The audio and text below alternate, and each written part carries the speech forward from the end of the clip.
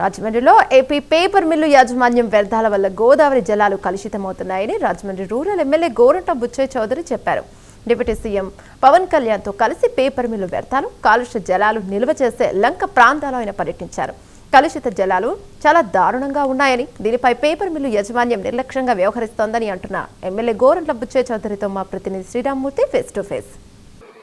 రాజమండ్రిలోని AP paper mill కాలుష్యం మీద వెంకటనగరంలో ఏదైతే లంక గ్రామాల్లో కాలుష్యం కలుస్తుందో ఆ ప్రాంతాన్ని డిప్యూటీ సీఎం పవన్ కళ్యాణ్ పర్యటించి పరిశీలించారు. అక్కడ ఆయనతో పాటు మన టీడీపీ పొలిట్ బ్యూరో సభ్యులు రాజమండ్రి రూరల్ ఎమ్మెల్యే గోరంట బుచ్చయ్య చౌదరి కూడా ఉన్నారు.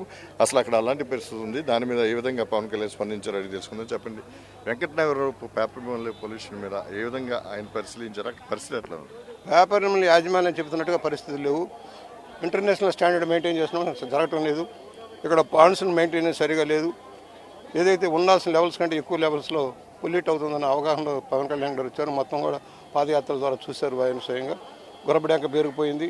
ఎందుకు పరిశ్రమ పెత్తన విధానాలు బాగలేవు. స్థానిక సంస్థలకు ఇవ్వాల్సిన నిధులు ఇవ్వటం లేదు. ఆ పనులు ఎగ్గొడుతూ ఉన్నారు. కార్మికులకు అన్యాయం చేస్తూ ఉన్నారు.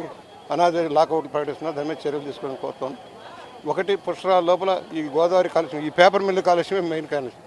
నల్లాచలం, ఈ రెండింటినీ డైవర్ట్ చేసే దాంట్లో ఇవాళ పవన్ కళ్యాణ్ గారు యాక్షన్లోకి వచ్చారు. త్వరలోనే ఇవాళ కార్పొరేషన్ ఆఫీస్లో డిస్కస్ చేసిన తర్వాత హైదరాబాద్ లెవెల్లో సీఎం గారి లెవెల్లో కూడా మీటింగ్ అవుతుంది. దీని మీద తగిన చర్యలు తీసుకొని పొల్యూషన్ లేకుండా, గోదావరి కాలుష్యం లేకుండా చేసేదానికి చర్యలు తీసుకుంటాం.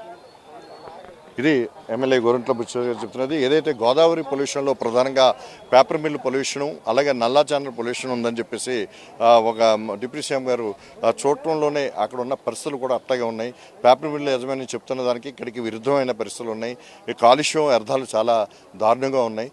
అది ప్రమాణాలకు అనుగుణంగా కాలుష్య వ్యర్థాలు ఇక్కడ లేవు.